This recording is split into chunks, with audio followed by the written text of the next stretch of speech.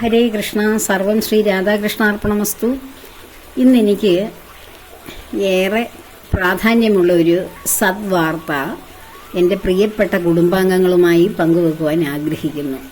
ഞാൻ കുടുംബാംഗങ്ങൾ എന്ന് പറഞ്ഞത് സത്യത്തിൽ അത് തന്നെ ഉദ്ദേശിച്ച് തന്നെ എൻ്റെ കുടുംബത്തിൽപ്പെട്ട അംഗങ്ങളാണെന്ന് എന്നെ കേൾക്കുന്ന ഓരോരുത്തരും. കാരണം എൻ്റെ കുടുംബം എന്ന് വെച്ചാൽ എൻ്റെ ഭഗവാനാണ്.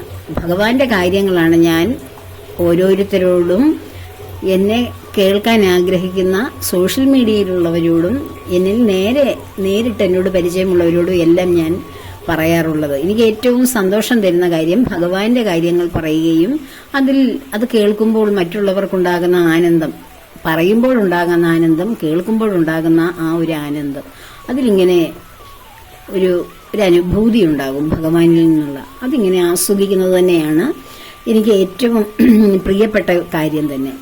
ഇന്ന് എനിക്ക് ഒരു സദ്വാർത്തയുണ്ട് പറയാനെന്നുള്ളത്. എൻ്റെ അടുക്ക പഠിക്കാൻ വരുന്ന കുറച്ച് കുട്ടികളുണ്ട്.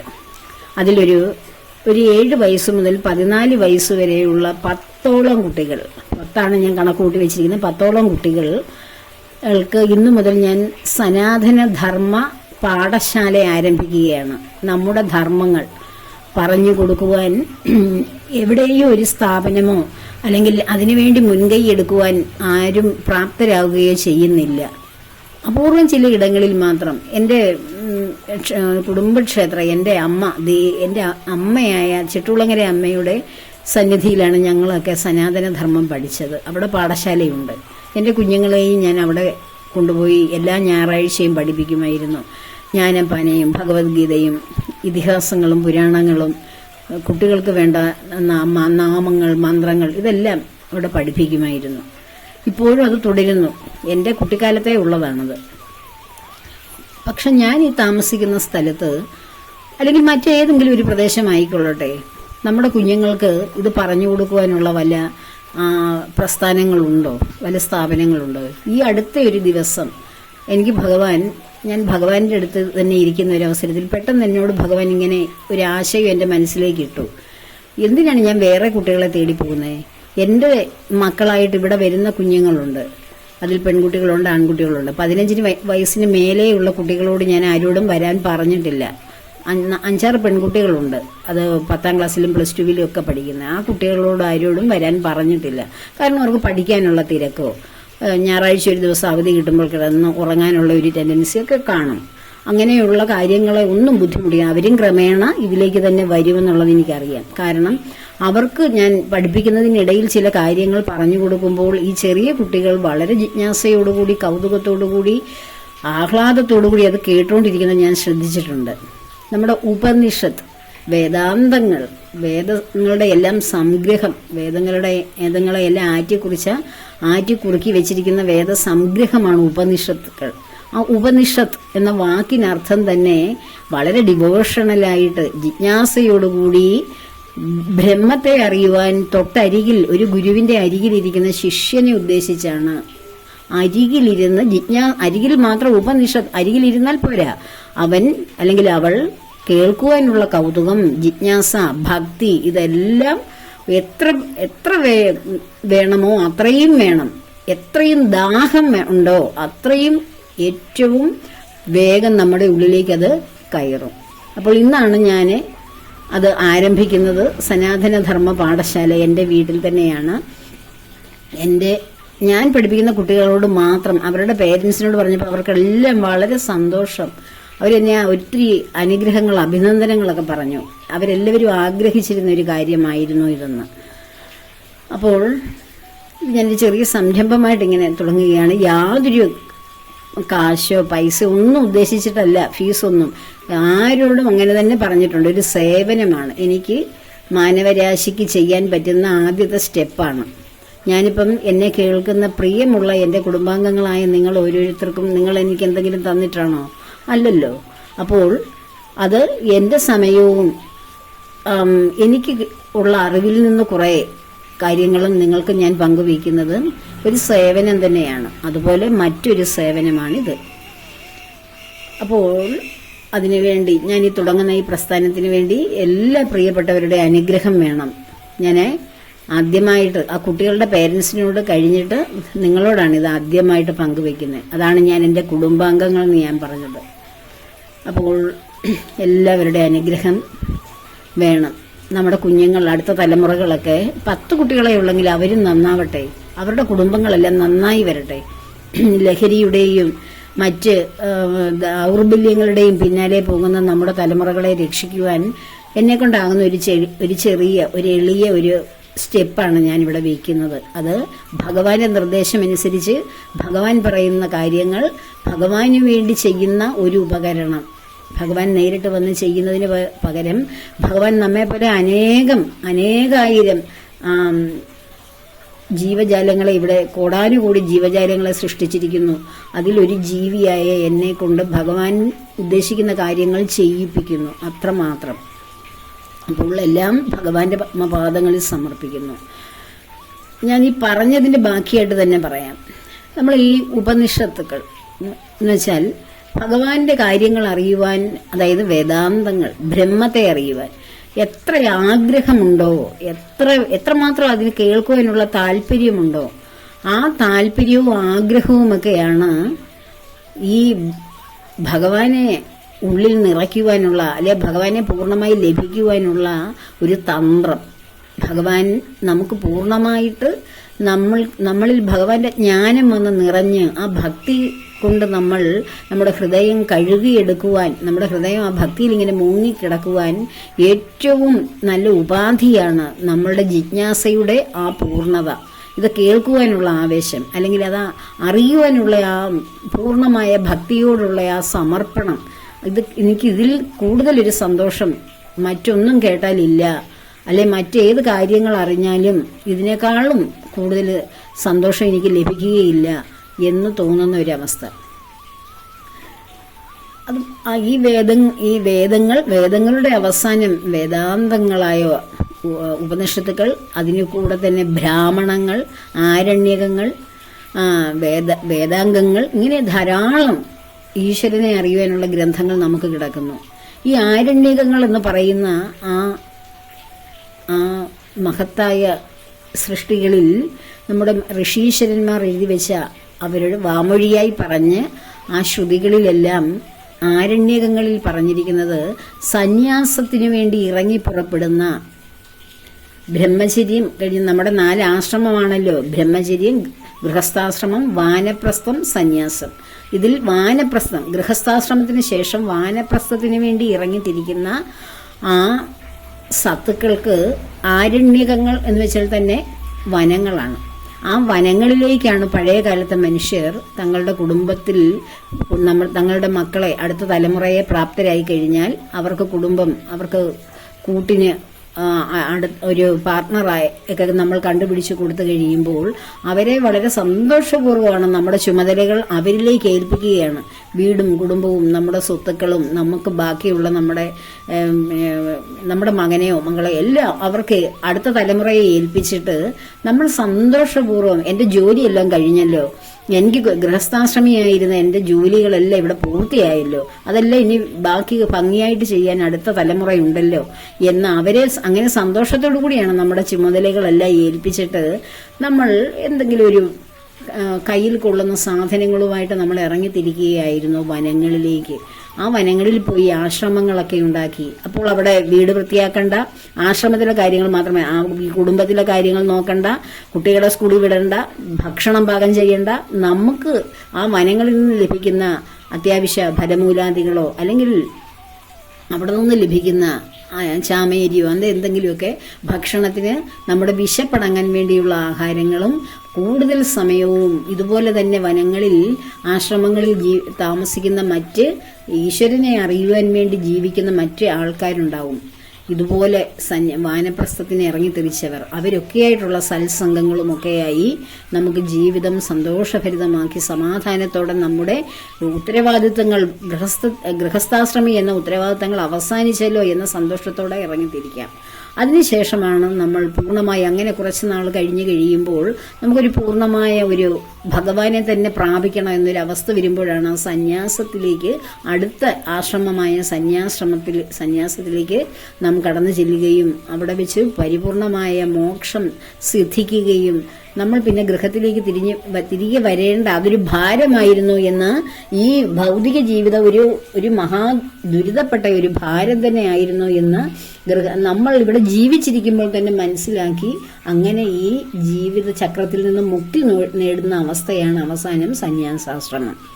അപ്പൊ ഇതൊക്കെ പഴയ കാലത്ത് മാത്രമല്ല, ഇപ്പോഴും നമുക്ക് അനുവർത്തിക്കാം. വനങ്ങളിലേക്കല്ല പോകേണ്ടത്. ഇപ്പോൾ അതിന് പറ്റിയ അപ്പോൾ അങ്ങനെയുള്ള വനങ്ങളിൽ ജീവിക്കുന്നവർ ഭഗവാനെ പ്രാർത്ഥിക്കുവാനുള്ള നാമജപങ്ങൾ, മന്ത്രങ്ങളാണ് ആരണ്യകങ്ങളിൽ ഉള്ളത്.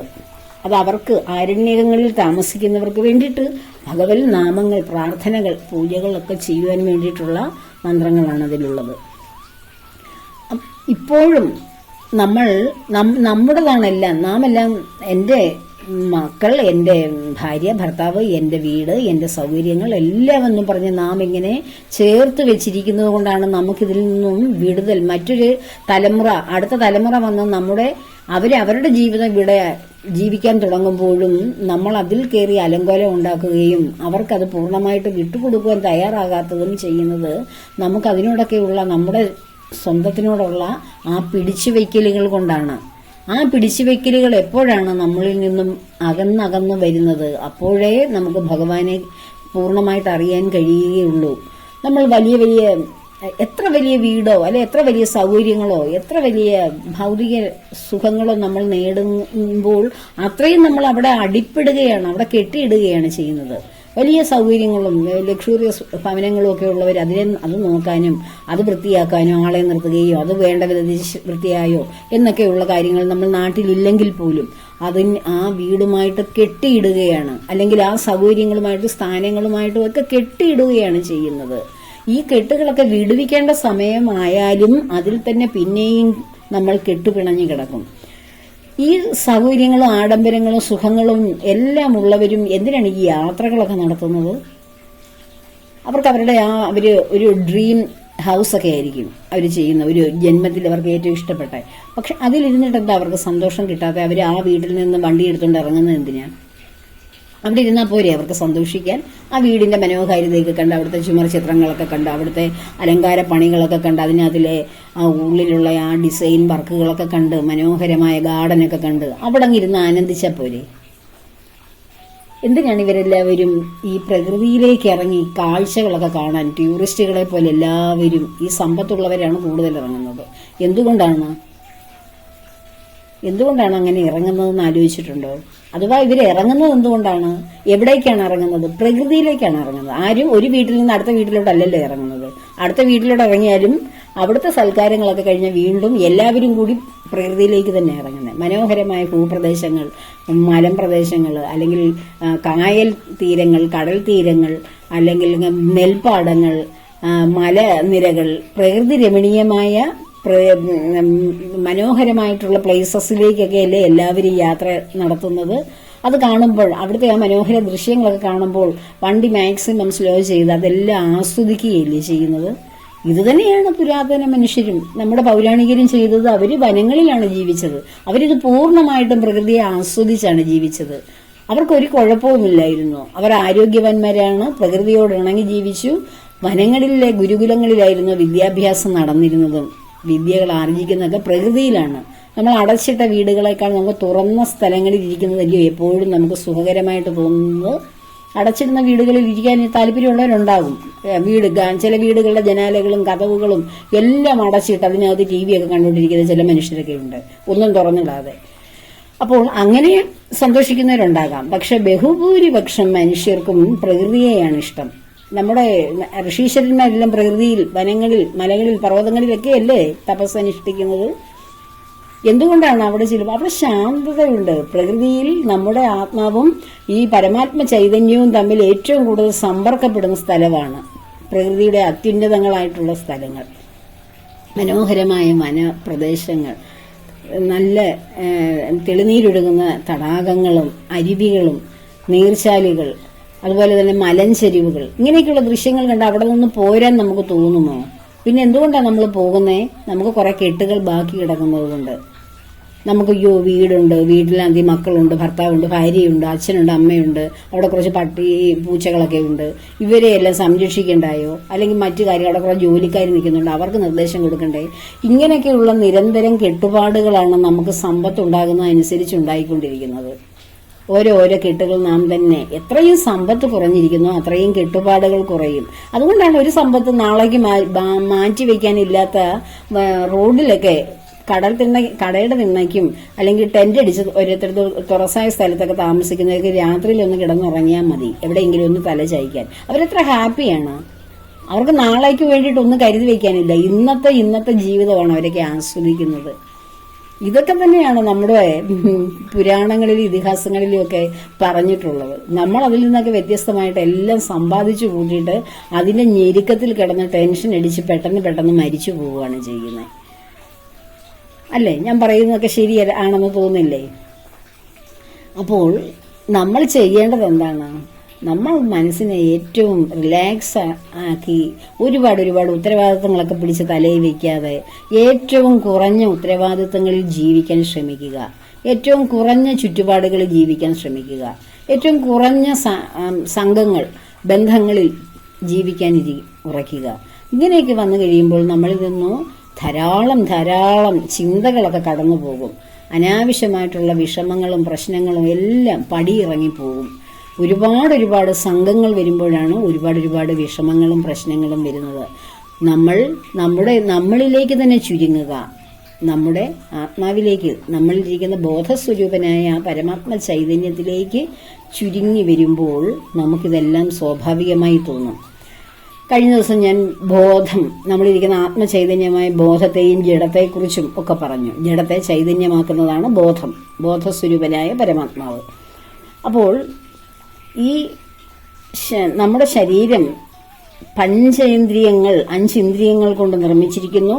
5 ഇന്ദ്രിയങ്ങളിലൂടെയും ഈ 5 ഇന്ദ്രിയങ്ങളിലൂടെ നാം സ്വാംശീകരിക്കുന്ന ഈ പുറത്തു നിന്നുള്ള ഈ അറിവ്, ആ നോളജിനെ ഇപ്പം മൂക്കിൽ നിന്ന് കിട്ടുന്ന മണമായാലും ചെവിയിലൂടെ കേൾക്കുന്ന ശബ്ദങ്ങളായാലും നമ്മളെ സ്പർശിക്കുന്ന സ്പർശനങ്ങളായാലും രുചികരമായിട്ട് നാവിന് അനുഭവപ്പെടുന്ന കാര്യങ്ങളും മനോഹരമായിട്ടോ അല്ലെങ്കിൽ മോശമായിട്ടുള്ളതോ ആയ കാഴ്ചകളായിക്കോട്ടെ, ഇതെല്ലാം നമ്മൾ സ്റ്റോർ ചെയ്തിട്ട് നമ്മളത് എവിടെയാണ് സ്റ്റോർ ചെയ്യുന്നത്? ഇന്ദ്രിയങ്ങളിലൂടെ എടുക്കുന്ന കാര്യങ്ങൾ ചിത്തത്തിലേക്ക് സ്റ്റോർ ചെയ്യും, മനസ്സിലേക്ക് അത് സ്റ്റോർ ചെയ്ത് വെക്കുന്നു.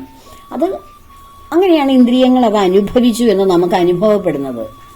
ഈ ഇന്ദ്രിയങ്ങളൊക്കെ ഉറങ്ങുമ്പോഴും ഉണ്ട്, മരിക്കുമ്പോഴും ഉണ്ട്. പക്ഷെ അപ്പോൾ അതിന് ആ സെൻസ് ഉണ്ടെങ്കിലും ആ സെൻസിബിലിറ്റി ഇല്ല, അതിനെ അനുഭവിക്കാനുള്ള ആ കഴിവില്ല. ആ കഴിവ് അതിനകത്തിലിരിക്കുന്ന ആ ബോധസ്വരൂപനായ ആത്മാവ്, പരമാത്മ ചൈതന്യം അതിലിരിക്കുമ്പോഴാണ് നമുക്കിതിനൊക്കെ അനുഭവിക്കാൻ കഴിയുന്നത്. ആ അനുഭവങ്ങൾ കൊണ്ടാണ്, ഇന്ദ്രിയങ്ങൾ കൊണ്ടാണ് ഞാൻ ഇവിടെ ജീവിക്കുന്നു, അല്ലെങ്കിൽ ഞാൻ ഇതൊക്കെ അനുഭവിക്കുന്നു. ഞാൻ സ്നേഹം അനുഭവിക്കുന്നു, ഞാൻ ദേഷ്യം അനുഭവിക്കുന്നു, മറ്റുള്ള വെറുപ്പ് അനുഭവിക്കുന്നു, ഞാൻ സുഖം അനുഭവിക്കുന്നു, ഞാൻ നല്ലത് കഴിക്കുന്നു, എൻ്റെ വയറ് നിറഞ്ഞു, എന്നെ ആരെങ്കിലും എന്നെ സ്നേഹമുള്ളവരെന്നെ ചേർത്ത് പിടിക്കുന്നു. ഈ ഫീലെല്ലാം വരുന്നത് ഈ 5 ഇന്ദ്രിയങ്ങളിലൂടെ കൊടുക്കുന്ന ആ നോളജ് കൊണ്ടാണ്. അപ്പം അത് ചിത്തത്തിൽ സ്റ്റോർ ചെയ്യുന്നു. പക്ഷേ ഇഷ്ടമുള്ള ഭക്ഷണം അല്ലെ ഇഷ്ടമുള്ള വസ്ത്രം, ഇങ്ങനെ ഇഷ്ടം ഇത് നമ്മൾ നിരന്തരം ചെയ്തു കഴിഞ്ഞാൽ അത് നമ്മുടെ മനസ്സിലതങ്ങ് ഒട്ടിപ്പിടിക്കും. നമ്മുടെ ഒരു ഹാബിറ്റായി മാറും. ആ ഹാബിറ്റ് പിന്നീട് അതാണ് ഫോണിനൊക്കെ അഡിക്റ്റ് ആകുന്നു, ബന്ധങ്ങൾക്കൊക്കെ അഡിക്റ്റ് ആകുന്നു, മദ്യത്തിന് അഡിക്റ്റ് ആകുന്നു, ലഹരിക്ക് അഡിക്റ്റ് ആകുന്നു, വേറെ പല കാര്യങ്ങൾക്കോ, ഇഷ്ടമുള്ള ഭക്ഷണത്തിന്, നമ്മൾ അലങ്കാരങ്ങൾ, ആഭരണങ്ങൾ, ഇതിനൊക്കെ നമ്മൾ അഡിക്റ്റാണ്. ചിലർക്ക് വസ്ത്രങ്ങളോടാണ് ഭയങ്കര അഡിക്ഷൻ. അപ്പോൾ ഈ അഡിക്ഷൻ വരുന്നത് എങ്ങനെയാണ്? ഹാബിറ്റാവും. നമ്മൾ ഈ സ്ഥിരമായിട്ടൊരു കാര്യം ചെയ്യുമ്പോൾ അത് ഹാബിറ്റായിട്ട് നമ്മുടെ സ്വഭാവമായിട്ട് മാറുമ്പോൾ അത് മനസ്സിൻ്റെ അല്ലെങ്കിൽ ചിത്തത്തിൻ്റെ ഭാഗമായി മാറുകയാണ് ചെയ്യുന്നത്. അതിനെ ഹാബിറ്റാക്കാതെ നമ്മളുടെ ഹൃദയത്തിൽ ഭഗവാൻ കുടികൊള്ളുമ്പോൾ നമ്മളിതിലെല്ലാത്തിലും നമ്മളവിടെ സമചിത്തതയാണ് പാലിക്കുന്നത്. ആ സമചിത്തതയിലെ ഇരിക്കുന്ന ഒരു മനസ്സുണ്ടെങ്കിൽ ഇതൊക്കെ നമുക്ക് ഉപയോഗിക്കാം, ഇതിലെല്ലാം നാം പങ്കെടുക്കാം. പക്ഷേ അത് നമ്മുടെ ഹാബിറ്റല്ല. ഇന്ദ്രിയങ്ങളിലൂടെ കിട്ടുന്ന ആ അനുഭവങ്ങൾ മാത്രമായിട്ട് അപ്പോൾ സുഖിച്ചു, സന്തോഷിച്ചു, അനുഭവിച്ചു, അത് വിടുക. അല്ലാതെ അതെനിക്ക് സ്ഥിരമായിട്ട് എനിക്കത് വേണം എന്നുള്ള ആ ഒരു സ്ഥിരമായിട്ടുള്ള ഒരു തുടർച്ചയാകുമ്പോഴാണത് മനസ്സിനെ കയറി അറ്റാക്ക് ചെയ്തിട്ട് അത് നമ്മുടെ കർമ്മേന്ദ്രിയങ്ങളിലൂടെ ഈ മനസ്സ് നമ്മളെ കൊണ്ട് അത് നിരന്തരം ചെയ്യിച്ചുകൊണ്ടിരിക്കും. അപ്പോഴാണ് നമുക്ക് എന്ത് സംഭവിക്കുന്നത്? നമ്മൾ ഓരോന്നിനും ഒട്ടിപ്പിടിക്കുന്നത്. ആ ഒട്ടിപ്പിടിയിൽ ഉണ്ടാകരുത് എന്നാണ്, ഒട്ടിപ്പിടിക്കൽ ഉണ്ടാകരുത് എന്നാണ് ഞാൻ കഴിഞ്ഞ ദിവസം പറഞ്ഞത്.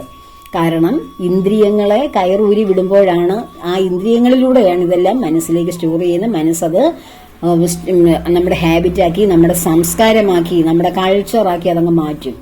ആ കൾച്ചറുമായിട്ട് പോകുന്നവരാണ് പിന്നീട് അതേ കൾച്ചറൽ സംസ്കാരത്തിൽ പിന്നെ വന്ന് ജനിക്കുന്നത്. അപ്പോൾ അതിന് സഹായിക്കുന്നത് ഇത് പ്രാണൻ ശരീരത്തിലുണ്ടെങ്കിലാണ് ഇതെല്ലാം സംഭവിക്കുന്നത്. ആ പ്രാണനെ നിലനിർത്തുന്നതാണ് ആത്മാവായ പരമാത്മ ചൈതന്യം. പ്രാണൻ ഉറങ്ങുമ്പോഴും നമ്മുടെ ഉള്ളിലുണ്ട്. നമ്മൾ ബോധം കെട്ട് വീണു, അപ്പോഴും നമുക്ക് പ്രാണനില്ലേ? നമ്മുടെ പ്രാണൻ നഷ്ടപ്പെട്ടോ? ഇല്ല. പ്രാണവായു ശരീരത്തിലൂടെ സഞ്ചരിക്കുന്നത് കൊണ്ട് നമുക്ക് പ്രാണനുണ്ട് ശരീരത്തെ നിലനിർത്താൻ. പക്ഷേ ആ പ്രാണനെയും പ്രവർത്തിപ്പിക്കുന്ന ശക്തി ആരാണ്? പരമാത്മ ചൈതന്യമായ ആ ആത്മചൈതന്യം ജീവാത്മസ്വരൂപത്തിൽ നമ്മുടെ ഉള്ളിൽ ഇരിക്കുന്നത് കൊണ്ടാണ് പ്രാണൻ ശരീരത്തെ സചേതനമായി ഇരിക്കുന്നത്. അപ്പോൾ ഈ കാര്യങ്ങളൊക്കെയാണ് ഇന്ന് നമ്മൾ ഓരോ പ്രിയപ്പെട്ടവരുമായി പങ്കുവയ്ക്കുവാൻ ആഗ്രഹിച്ചത്. ഓരോ ദിവസവും ഭഗവാൻ തരുന്ന നിർദ്ദേശങ്ങൾ, അല്ലെങ്കിൽ എന്നെ കേൾക്കുന്ന പ്രിയമുള്ള ഓരോരുത്തരും ചോദിക്കുന്ന സംശയങ്ങൾ, ഇതൊക്കെ എനിക്ക് പറയുവാൻ ഒരു അവസരമാണ്. ഞാൻ എന്താണോ പറയാൻ ആഗ്രഹിച്ചുകൊണ്ടിരുന്നത് ഒരുപക്ഷെ അതല്ലായിരിക്കും. ഓരോരുത്തരുടെയും സംശയങ്ങൾ കേൾക്കുമ്പോൾ ആ സംശയ നിവൃത്തി വരുത്തുക എന്നുള്ളതായിരിക്കും ഞാൻ വളരെ ഇമ്പോർട്ടൻസ് കൊടുക്കുന്ന ഒരു പ്രൈം ഇമ്പോർട്ടൻസ് അതിനാണ് കൊടുക്കുന്നത്. കാരണം അത്രയ്ക്കും നിങ്ങൾ ഓരോരുത്തരും എൻ്റെ മനസ്സുമായിട്ട് വളരെ കണക്റ്റഡ് ആണ്. എവിടെയൊക്കെയോ മുഖമറിയാതെ ഇരിക്കുന്ന വ്യക്തികളാണെങ്കിലും നമ്മളെല്ലാം ഒന്നു തന്നെയാണ്. ഭഗവാൻ എന്ന ഏക ചൈതന്യത്തിന്റെ വിവിധ രൂപങ്ങളും നാമങ്ങളും മാത്രം.